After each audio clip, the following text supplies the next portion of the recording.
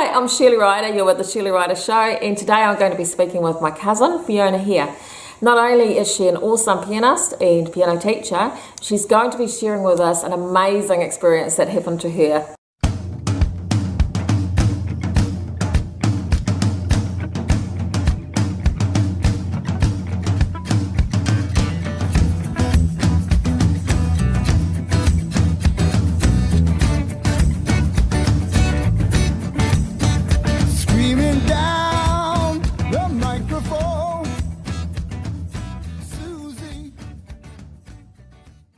Hello and welcome to the Shirley Ryder Show. You're with Shirley Ryder, and today we've got a special guest on the show. This is my cousin, Fiona Hare. Fiona is a piano teacher. Yep.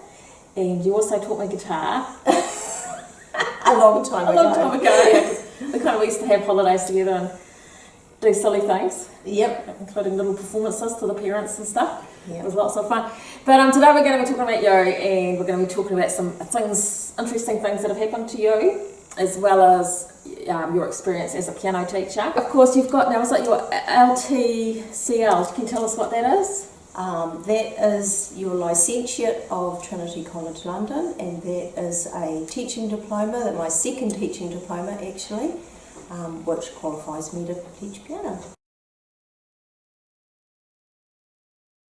It was classical, like back in the day, that's what you learned. Everybody learned classical. I came from a family where both my parents were musical. My dad played the piano accordion with That's right. huge gusto. He did. And sang very loudly. He did. That's right. I forgot about And it. Mum was musical too, and all her brothers. Your dad is Yeah, musical. yes. So I had music on both sides of the family, and my grandma on my mum's side was very keen for me to learn piano. So she said that she would pay the bills for me to learn, which was a real blessing actually. So yeah, that's basically how it happened. Yeah. And how did you kind of find doing those lessons? You know, did you find it difficult? Did you find it time consuming? Did it take you away from other things you'd rather be doing, like, I don't know, playing with your friends or whatever? Or did you actually enjoy it? Or I actually don't think I practiced as much as I should have. now Now that I'm a teacher and I know. And so I used to just wing it a fair bit. But you know, for exams and things like that, I would have a little point when it was 10 weeks before the exam where I would just have, right, now I work, and I would get stuck in and work for kind of a shorter period of time, and you know, did fine that way. So yeah, so I mean, it was a different era back then. We didn't have lots of things to do, so learning piano was fine. it would be, I suppose, now we can learn a few things off YouTube. Back then, we're probably not up to grade 8 with our teaching, but you know, learn a little bit. But I did classical too, as you probably. I only got up to grade 3. Yeah. Because I wasn't very good at maths, or actually I was terrible, and I couldn't actually understand fractions. Right. And you know, you've got all your different types of notes. So apart from the 1, 2, 3, 4, it got a little bit complicated after that. What was your musical inspiration, or what helped you get into music? Well, really, just like I said, it was just my family, really. Yeah. I don't think there was any other thing. It was just I always liked music. I think I was probably singing from a young age, and then my grandmother just said, well, she'll pay for lessons, so that's really how it went. It was pretty simple. Yeah. So that's why you really took up the piano then, just because it was like the instrument in the house, and you like music, and you had someone to pay for your lessons. And I think that everybody thought, and rightfully so, that piano was a good foundational instrument. And of course, that kind of brings us up to today, you know, whereas you're teaching now, you've got your own students. What are your sort of ages of most of your students, you know, roughly? Like, what do they vary between? Are they mostly children, or? Mostly children. I've taught from age 5 right through to adult, but mostly they're, you know, 5 to 18.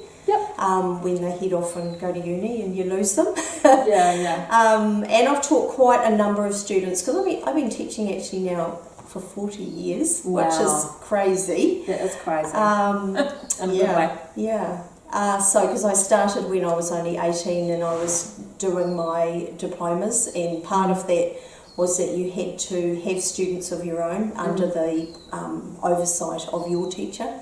So I started at 18, so yeah, it's been 40 years of teaching, and for many of the kids I've actually taught them from scratch right through to grade 8. Well, it must be a real sense of accomplishment for you to see the students when they succeed getting, like, do most of them go through and finish their exams, or do a lot of them drop out, or what's the sort of... Absolute mixture. Absolute mixture. Some kids don't like exams and they just learn for fun. Other kids, exams is their thing and it really keeps them motivated. Yes, I've got quite a number of students who have actually gone on to play in bands, church bands, other bands, and it's really lovely to see them using their music and enjoying their music still. Because I suppose, you know, so many other things, you don't just have to be a teacher, you can do all sorts of things. How long would it normally take a student to get, if they were going to go the whole way to the grades, all the way through to grade 8, how long do you think it would take them generally to get that far from the beginning to the end? If they were, say they worked as hard as you did. Well, how long did it take? It's about 10 years. Yes, it's a long time. It's about 10 years. It's way longer than university or anything. It's a really long time. There's a lot to learn, and you can't really shorten the process. It just takes a long time to get really good at it. But there are kids that are doing it. I've got some awesome students. Oh, that's good. And, you know, like, also, of course, I've been from Teachers College originally for myself. You know, one of the things we talked about was relationships with children. And what's something that you think is really important between a teacher and a student in terms of relationship? Just one or two things. I think to be interested in them as a person. I think so too, And so for me, watching them develop musically is really important to me, but actually watching them develop and become really good human beings I just love that. I love seeing them when they leave year 13 and you just think, that's another great New Zealander. And do you have any input into that value system or of them? They talk to you about lots of things along the way. So there's not just like, actually I remember my piano teacher growing up, because I didn't like piano. And I would always try to get her talking as much as possible so I didn't have to play. So I never did my homework. Anyway, enough about me. So moving from piano, just for a minute, onto songwriting. Because I remember a time, Fiona and me, we wrote, because I write songs obviously, but we wrote our very first song together, my very first song together. Mine too. And I think what inspired it from memory was we heard a song by Michael Jackson, that's the way I remember it. We were only like 12, and we thought we could write better than that. We didn't do a bad job. Okay. You're lucky though, because I haven't brought the guitar with me, so I'm not going to make you sing it. I can remember it. I can remember it. But that was lots of fun. And also we used to do performances on the guitar in front of the parents, and I remember a certain time, this is when we were about the same age, I remember a certain time we played at a hay bale. Do you remember that? There was a place for hay bales or something? And we did some carpenter song barn dance. It was a barn dance. That was it? Yeah, barn what dance. on earth was that all about? I don't know. It was literally a barn dance. Yeah, I don't know who was there or why we were there. But anyway, and we, I remember that we started laughing for some reason. Oh yeah. Because we always used to get the girls. That was our kind of thing. So actually it was Fiona that taught me how to play the guitar. Wow. Do you know, I'd actually forgotten that. No, I remember that. All at about 12, I think. Yeah. It probably all happened at the same time. And but getting on to talking about performances, like, do you have anything that you'd like to, perhaps not like to, but that you can tell us about a serious performance you've done? Oh, a serious performance. Not a silly one. Well, I mean, I've done lots over the years. I've played for lots of weddings and funerals and obviously all the exams and everything else like that, and played for my students when they need accompaniment in their exams. But I think probably an outstanding thing would be that my teacher, she was really keen on getting a whole lot of us together, and she got 6 of her pupils, all ladies of my age, together, and we played double trios Oh, right. on 2 pianos. Wow. Oh, that's awesome. Which was really, really awesome. And in fact, 4 of us continued to do double duos, so that's 2 on each piano, for 20 Wow. years. Oh, We played double duos for Okay. 20 years and did quite a lot of performances, including one at Bay Court and a few other things like that. I think I saw a movie a long time ago with Michelle Pfeiffer and Jeff Bridges or one of them, and they did double pianos. Yeah, They 2 both- pianos. Yeah. She yeah. used to like lie on the pianos and sing. Oh, right. Yeah. No, we never did that. No, you didn't get that. Maybe next time. Yeah, When you were doing your performances and things like that, you know, I know that you would have had to have sat exams and you'd.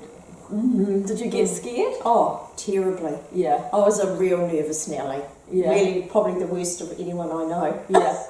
And any tips for overcoming stage fright? Before we would have it to Don't some give point? up. Yeah. Don't give up. That's the thing. You have to keep going. You mustn't give in to it.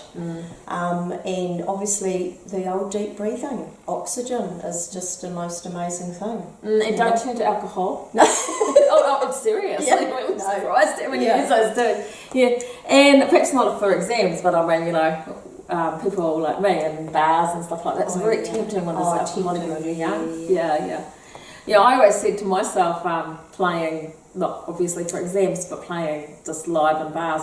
My thing when I was in my 20s, when I first started, was if I can't get up on stage without a drink, It's not very good. well, I'm not going to do it. Talking about feelings and stage fright and anxiety and that sort of thing, just wondering, you know, you had a time in your life, a personal time in your life, when you were carrying your son, Jason, who's now married with his own son, Ezekiel, you know, you had an issue with anxiety around that, something that happened when you were staying at your mum's and you were carrying a lot of fluid. Do you want to just tell us a story about that? Because it's a really cool story. Okay, so I was 26, Wow. 5, I think, and I was pregnant with my first child, and everything was going along fine. Apparently we'd had scans and what have you, and everything seemed to be fine, and it got towards the end of the pregnancy and I started to retain fluid, which turns into toxemia, which is a thing that, you know, first-time mums particularly can get. So that happened to me to the point that about 2 weeks before he was due, I had to go and stay in hospital because I was really, really gaining a lot of fluid. My kidneys weren't working properly and they needed to monitor me. So I was in hospital for the last 2 weeks of my pregnancy and got quite unwell actually. Just before Jason was due to be born, my kidneys really weren't working at all. My eyes were yellow, I had just fluid everywhere, all in my whole body, my urine was really, really just about black. So, sorry about the gory details, but I was really sick. Were you quite big from it at the time or not? Well, yes, I mean, I had a big baby on board. And From the fluid itself? But from the fluid, it was in all my tissues. It was in my fingers, my toes, my legs, everything was puffy with fluid. Yeah. So I had Jason, and that's a whole nother story. He was born with a disability and had to go to Auckland on day 2 of his life for some surgery. And I couldn't go because I'd had a caesarean. And so I had to stay in Tauranga Hospital just till I was a little bit better. And they were planning the surgery on his 6th day of life. So on his 5th day of life, they said I could come home, and I went and stayed at my parents' house. And because of all the fluid that was in my body, the trip from Tauranga Hospital to our home in Otamoto, which was probably only 3 or 4 k's, I guess, maybe, was absolutely excruciating because my caesarean cut was really sore, my tissues were all swollen with fluid, and like every bump, every corner, anything in the car was just horrendous. And I was just thinking, how on earth am I going to get to Auckland the next day because my baby's having surgery, and I really didn't know what to do. I rang the doctor and I said, how much painkillers can I take? And he said, well, what you're on already is about the max you can have. And I was like, okay, I don't know how I'm going to do it. I really don't know how I'm going to do it. So one of my parents' lovely friends said they had a station wagon. They would make a bed in the back of the car and take me up with me lying down. So we had a sort of a plan. But anyway, that evening I was sharing bedroom with my mother, and we went to bed, and we were just lying in bed and we were talking about the Lord, and I don't even remember exactly what we were saying, but we were just talking about His goodness really, and we were chatting away and just talking about things, and all of a sudden there was like a presence in the room, and it was like a glow was just on the side by like a glow or a sense. And I said to Mum, do you feel that? And she said, yes. And we just lay there, and neither of us said another word, and the sense that was coming from this presence in the room was of a very, very strong peace. And I'm going to get emotional because I always do. Even on me, the hairs on my back have started to through. Yeah. So you don't think about peace as being strong, but it was strong, really strong. And anyway, we just lay there and we never said another word, and we both fell asleep, just out like a light. And then that night, every hour, I woke up and I went to the toilet, and every hour back to bed, go to sleep, wake up, to the toilet, go to sleep, wake up, to the toilet. Right through the night, I must have gone, I don't know how many times, a good dozen times probably. And in the morning, when I woke up, I thought, I'm going to be shattered because I've hardly had any sleep. I've been up and down to the loo all night. And I just felt amazing. Wow. And all that fluid had just come out of my tissues and just passed. Amazing. It was amazing. It was amazing. And I got up and my eyes were clear, and I just was like, I feel that's a healing. I've been healed. Yeah. Yeah.